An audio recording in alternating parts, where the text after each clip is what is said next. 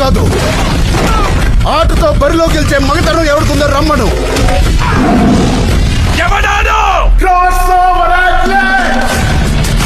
రెండు ఆటలని కలిపి ఆడేవాడిని పిలిచేది నాను పెద్దిసారో.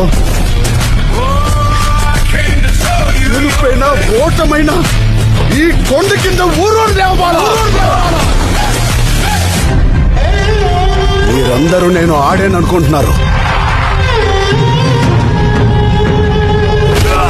నేను పోరాడాను సారు.